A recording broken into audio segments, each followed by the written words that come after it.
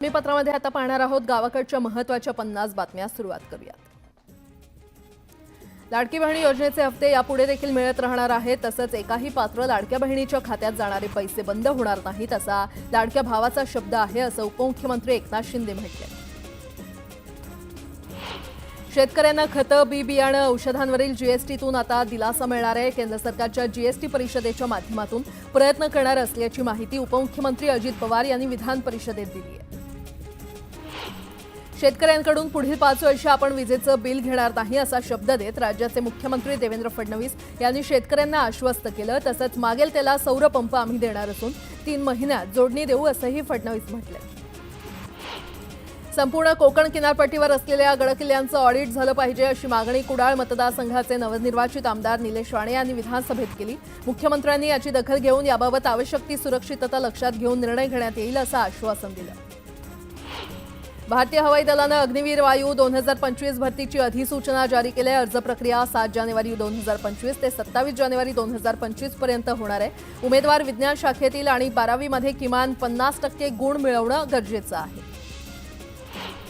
Railway प्रवाशांचा प्रवास आरामदायी करण्यासाठी भारतानं तयार केलेली वंदे भारत ट्रेन प्रचंड गाजली आहे। तर देशात आणखी 10 वंदे भारत स्लीपर कोचची निर्मिती सुरू होणार आहे।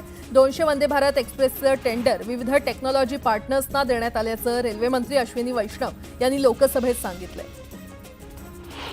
केंद्र सरकारनं कांदा निर्यातीवरील लावलेलं 20% शुल्क तातडीनं रद्द करण्याची मागणी उपमुख्यमंत्री अजित पवार यांनी केली आहे। नाशिकसह राज्यातील शेतकऱ्यांना त्यांचा लाल कांदा श्रीलंकेसह परदेशांमध्ये निर्यात करता आला पाहिजे असं अजित पवार यांनी म्हटलंय। नव्या वर्षामध्ये पुन्हा एकदा महागाईचा भडका उडणार आहे। सर्व आघाडीच्या कंपन्यांनी उत्पादन वाढ आणि कस्टम ड्युटीची भरपाई करण्यासाठी वस्तूंच्या किमती वाढवण्यास सुरुवात केली आहे। या निर्णयामुळे नवीन वर्षात चहा पावडर, तेल आणि साबणापासून क्रीमपर्यंतच्या किमतींमध्ये 5 ते 20% वाढ होण्याची शक्यता आहे। पुणे लोणावळा रेल्वे मार्गावरील 3ऱ्या आणि 4थ्या मार्गिकेसंदर्भात राज्य सरकारसोबत बैठक घेण्यात येईल आणि त्यातून मार्ग काढण्यात येईल। लवकरच प्रत्यक्षात काम सुरू करण्यासाठी प्रयत्न केले जातील असं आश्वासन केंद्रीय रेल्वे मंत्री अश्विनी वैष्णव यांनी दिले। नाशिक इथे आयटी पार्क विकसित करण्यात येत आहे आणि या कामासाठी वास्तुविशारदाची नेमणूक झालेली आहे। लवकरच इथे अद्ययावत आयटी पार्क निर्माण केलं जाईल अशी ग्वाही मुख्यमंत्री फडणवीसांनी दिली आहे। प्रस्तावित पुणे नाशिक रेल्वे मार्गाला रेल्वे मंत्रालयानं पुन्हा परवानगी नाकारलेली आहे। सर्व हॅशटॅग यामुळे Pune Nashik semi high speed railway मार्ग पूर्ण होण्यासाठी आणखी काही वर्ष वाट पाहावी लागणार आहे आणि या मार्गाचा नव्यानं डिटेल प्रोजेक्ट रिपोर्ट बनवला जाणार आहे।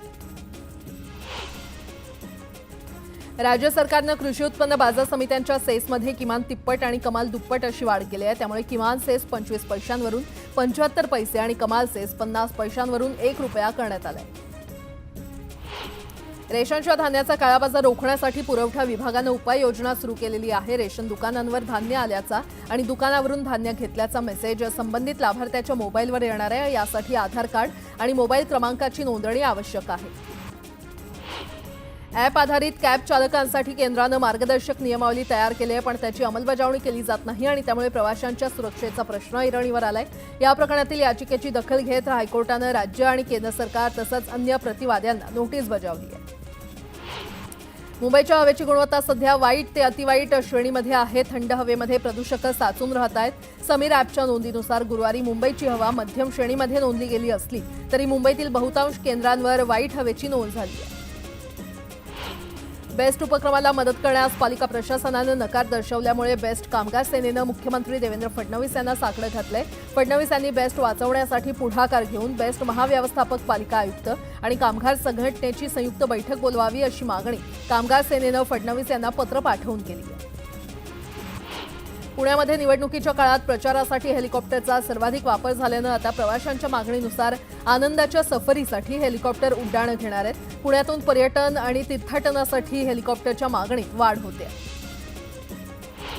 कल्याण पूर्व पालिकेच्या आय प्रभाग हद्दीमध्ये काही जमीन मालकांनी महापालिकेची रस्ते, पाणीपुरवठा योजनेची कामं किरकोळ कारणांवरून रोखून धरली आहेत। अशा अडथळे आणणाऱ्या जमीन मालकांची बेकायदा बांधकामं शोधून त्या बांधकामांवर कारवाई करण्याचा निर्णय प्रशासनानं घेतलाय। भटक्या श्वानांकडून नागरिकांवर होणाऱ्या हल्ल्यामध्ये वाढ होते आहे, त्यामुळे पालिका निर्विजीकरण यंत्रणेवर प्रश्नचिन्ह उपस्थित केलं जात आहे। यापूर्वी पालिकेनं नेमलेली संस्था प्रभावीपणे काम करत नसल्याचा ठपका ठेवत अंबरनाथ नगरपालिकेनं नव्या संस्थेची नेमणूक करण्याचा निर्णय घेतलाय। मिळकत कराची थकबाकी वसूल करण्यासाठी पुणे महापालिकेकडून मोहीम हाती घेण्यात आली आहे। गेल्या 18 दिवसात 75 मिळकतींना टाळे ठोकलेलं आहे, तर 317 मिळकत धारकांकडून 40 कोटी 68 लाख रुपयांची थकबाकी वसूल केली आहे। ठाणे महापालिकेच्या अर्थसंकल्पात ठरवून दिलेले मालमत्ता कराचं उद्दिष्ट पूर्ण करण्यासाठी प्रशासनाकडून विविध उपाययोजना करण्यात येत आहेत। पुढील वर्षाच्या मार्च महिन्याअखेरपर्यंत शनिवार, रविवार आणि सार्वजनिक सुट्ट्यांच्या दिवशी देखील मालमत्ता कर संकलन केंद्र सुरूच ठेवण्याचा निर्णय प्रशासनानं घेतलाय। ओला इलेक्ट्रिकनं 4000 नवीन स्टोअर्स आणि सर्व्हिस सेंटर उघडण्याचा निर्णय घेतलाय। कंपनीचे मुख्य कार्यकारी अधिकारी भाविश अग्रवाल यांनी याबाबत माहिती दिली आहे। ओलानं नुकत्याच 2 स्वस्त इलेक्ट्रॉनिक स्कूटर लॉन्च केल्यात, तर बजाज चेतकचे नवीन वर्जन 20 डिसेंबर रोजी लॉन्च होणार आहे। मीरा भाईंदर महापालिकेच्या विविध मालमत्ता भाड्यानं देण्यासाठी नवं धोरण निश्चित करण्यात आलेलं आहे। आतापर्यंत या मालमत्ता नागरिक तसंच संस्थांना सवलतीच्या दरात दिल्या जात होत्या, मात्र आता ही सवलत रद्द करण्यात आली आहे। सोलापूरच्या कुंभारी गावात 7 ते 8 अज्ञातांनी एसटी बसची तोडफोड केली। चालक आणि प्रवाशांना खाली उतरवून आंदोलकांनी जोरदार घोषणाबाजी करत बस फोडली आणि यानंतर पोलिसांनी घटनास्थळी जात संबंधित प्रवाशांना अक्कलकोटकडे पाठवून दिलं। अमित शहांनी बाबासाहेब आंबेडकरांबद्दल केलेल्या विधानाचे पडसाद उल्हासनगरमध्ये उमटले। उल्हासनगरमध्ये राष्ट्रवादी शरद पवार पक्षाच्या कार्यकर्त्यांनी अमित शहांविरोधात निदर्शनं केली। शहांनी माफी मागावी अशी मागणी आंदोलकांनी केली। सातारा जिल्ह्यातील पाटण तालुक्यामध्ये रासाठी गावाजवळ शेतातून परत राहणाऱ्या शेतकऱ्यावर रानगव्यानं हल्ला केला। या हल्ल्यामध्ये शेतकरी ठार झालाय। मागील वर्षभरात रानगव्यांच्या हल्ल्यामध्ये आतापर्यंत परिसरातील 3घांचा मृत्यू झालाय। राज्यातील बाजार समितीमध्ये मक्याची आवक 47,604 क्विंटल इतकी झाली आहे। अमळनेर बाजार समितीमध्ये लाल जातीच्या मक्याची सर्वाधिक 7,000 क्विंटल इतकी आवक झाली। त्याला किमान दर हा 1,976 रुपये प्रति क्विंटल मिळाला। राज्यातील बाजार समितीमध्ये तुरीची 6,914 क्विंटल आवक झाली आणि तुरीला 7,525 प्रति क्विंटल रुपये दर मिळालाय। दुधणी बाजारात लाल जातीच्या तुरीची सर्वाधिक आवक झालेली आहे।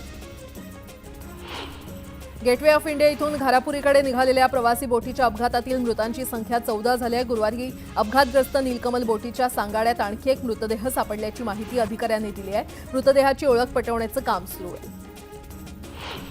नालासोपाऱ्यामध्ये भाच्याच्या लग्नासाठी आलेल्या यूपीतल्या महिलेचा बोट दुर्घटनेमध्ये मृत्यू झालाय। बोटीवरील सुरक्षा साधनाच्या अभावामुळे मृत्यू झाल्याचा आरोप भाच्यानं केलाय। मुंबई अहमदाबाद हायवेवर कुर्ला बस दुर्घटनेची पुनरावृत्ती टळलेली आहे। एक कंटेनर चालक मद्यधुंद अवस्थेमध्ये ट्रक चालवत होता। काही वाहनांना ठोकर देत त्यानं ट्रक डिवायडरला धडकला आणि यावेळी तिथे असलेल्या मनसेच्या कार्यकर्त्यांनी तातडीनं त्याला पकडून यथेच्छ चोप देत पोलिसांच्या हवाली केलं। पिंपरी चिंचवड शहरातील खराळवाडी इथे एक झाड रिक्षावर पडलं आणि या अपघातात रिक्षातील 3 जण गंभीर जखमी झाले। महापालिकेनं लक्ष्मी रस्त्यावर पादचारी दिन हा उपक्रम राबवल्यानं 1 दिवसासाठी रस्ते आणि पदपथांवरून मुक्तपणे संचार करता आला। मात्र आता पादचाऱ्यांना धमकावून त्यांच्याकडील मोबाईल, रोकड आणि दागिने चोरीच्या घटना वाढू लागल्यात। गेल्या 11 महिन्यात 167 घटना घडल्या। वसईमध्ये खरेदीसाठी गेले असता चोरट्यांनी धाड टाकून 8 लाखांची चोरी केली आहे। पोलिसांनी 24 तासात या चोरट्यांना गजाआड केलंय। चोरांकडून रक्कम आणि दागिने हस्तगत करण्यात आले। बातमीपत्रामध्ये एक छोटासा ब्रेक घेऊन लगेचच परत येतोय। पाहत रहा न्यूज 18 लोकमत।